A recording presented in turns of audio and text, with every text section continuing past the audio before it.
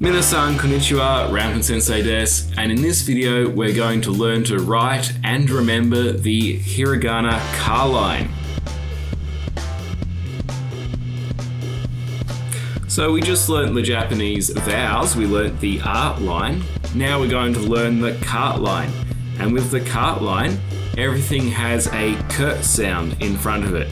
So A becomes ka, I becomes ki, U becomes ku, E becomes ke, and O becomes ko. Let's start with ka, and this is ka for karate kick. So here's somebody doing a karate kick. And he's kicking through a piece of bamboo. Karate kick. And draw the legs first of the person. Then you can draw the bamboo. And then you can draw his arm. Okay, and that's ka. Ka for karate kick. The next one is ki. Ki. And it's called ki because it kind of looks like one of those old-fashioned keys that you might see in a movie. Okay, so it's an old-fashioned key. And when drawing it, we draw the bits of the key first, and then the long part, like that. Okay, so 2 across, and then down. Now, sometimes on the computer, it will look like this. Okay, both are fine, but this is more the handwriting way. So that is ki for key.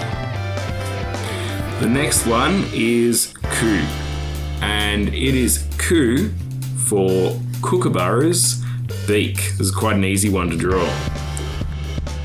So that's ku for kookaburra's beak.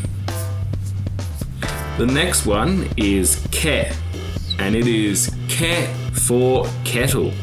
So here's the handle on the kettle, and here's the spout, and here's the spout filling up my mug with hot water for my tea. Okay, so that's ke for kettle. Draw the handle first, then the spout, and then that's it. Ke for kettle. And the last one is ko. Ko. And it is ko for coin. It looks kind of round like a coin. Okay, so that's ko for coin. When you're writing it like that, just a line up the top, line down the bottom, and if you want to be fancy, you can have a little flick that way that should point towards the next part of the character. So that's ko for coin. And so we can make some words using the art line and the cart line that we already know. So we know aka means red. We know kao means face. We can make iku, which means go somewhere. And we can make eki, which means train station. And that's the cart line complete.